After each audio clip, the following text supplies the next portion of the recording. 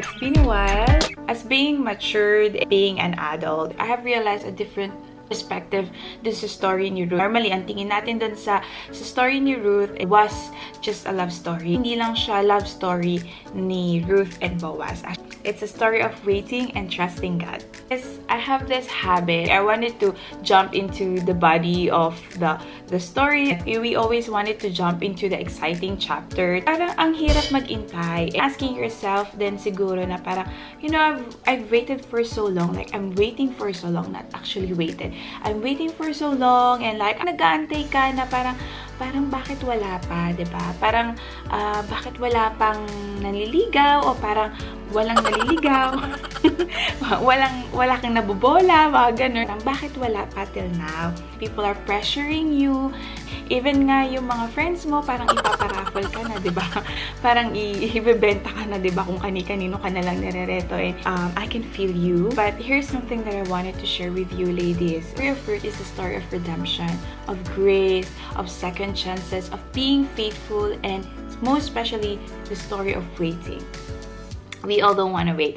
She is from Moab, so she is a Moabite, okay? And as we all know, Moabites and other people back then, they don't believe in just one God. Worship so many gods and idols. And however, Ruth got married to one of the son of Naomi, and Naomi is from Judah.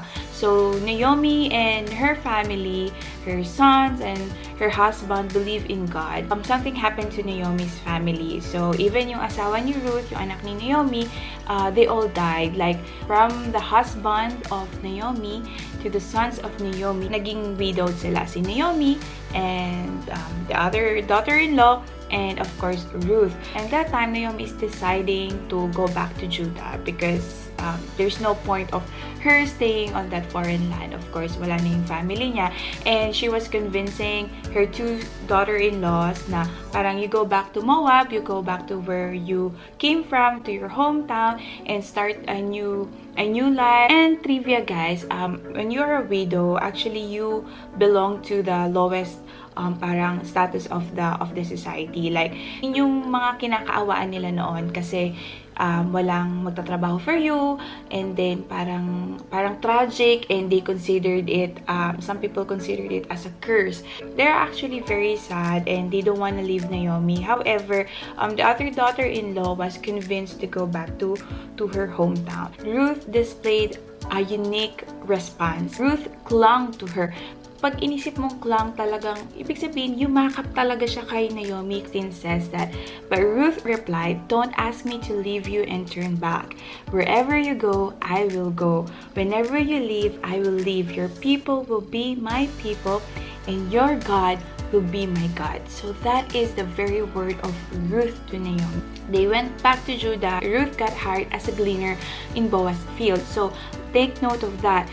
Ruth was hired as a gleaner. So hindi siya yung nag-harvest itself. Pag ikaw yung nag-harvest itself, you get the best fruits. You get the best of the crop. Ruth is just a gleaner before. So gleaner, it means you get the leftovers. Like for example, nag-harvest sila ng strawberry or whatever, parang kung ano yung nag-fall dun sa ground, siya yung nag-glean nun, siya yung kumukuha nun. So Ruth has this very humble job.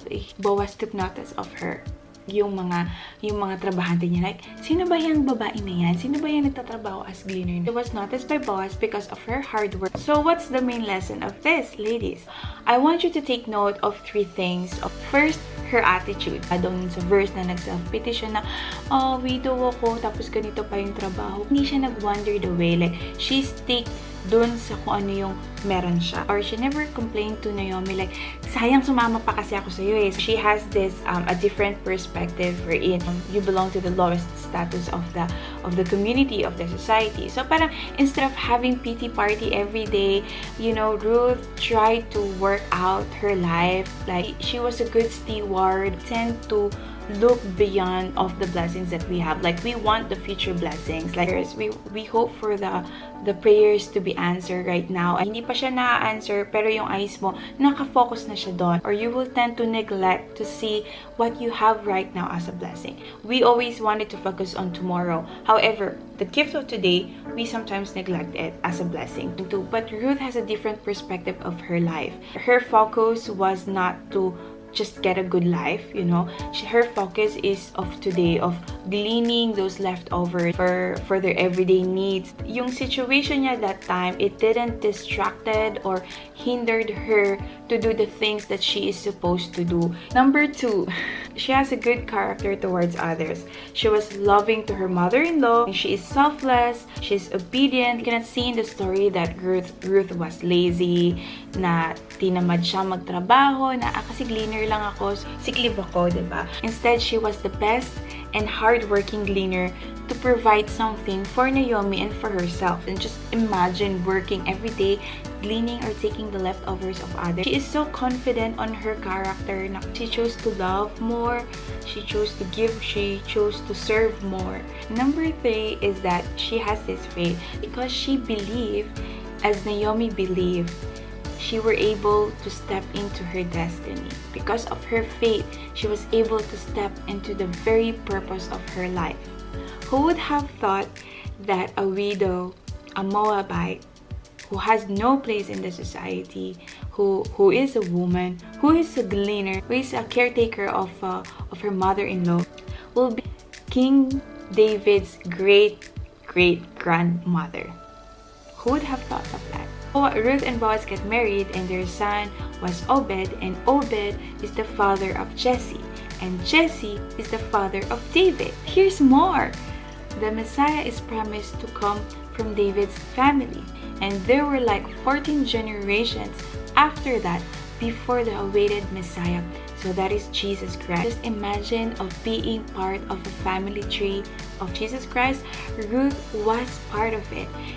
Do not despise your current season. Like, for a time being, yes, you can be single, you could be feeling alone and that you are lonely and everything, but try not to despise what you have right now. Try to embrace it. Try to like learn from it. It's like a preparation stage of everything. Just like Ruth loved her job as a gleaner. Ruth was able to provide something for herself and to Naomi, and she was this contented kind of woman. She was not complaining, she was not idle, she was not lazy, she was not distracted of anything. She's so focused and determined. Be a good steward of your season. So it means that you have to take care of it, that you have to treasure it, be a steward of it. Do not waste your time doing things like others do. Do not waste your time in things that would actually distract you or hinder you to step into your purpose. Treasure your time, and during the waiting period, don't compare yourself. Do not, parang think na parang bakit siya meron, bakit ako wala pa, parang maganda naman ako wala ko, mabait naman ako. Whatever is in your hands right now, try to enjoy it.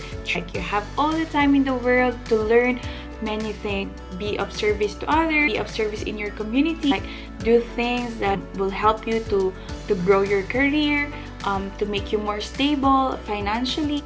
And this is as well a perfect time for you to build genuine relationship, not just the boyfriend-girlfriend thing relationship. People around you or help you to grow as a person. Do not waste your time just waiting and doing nothing.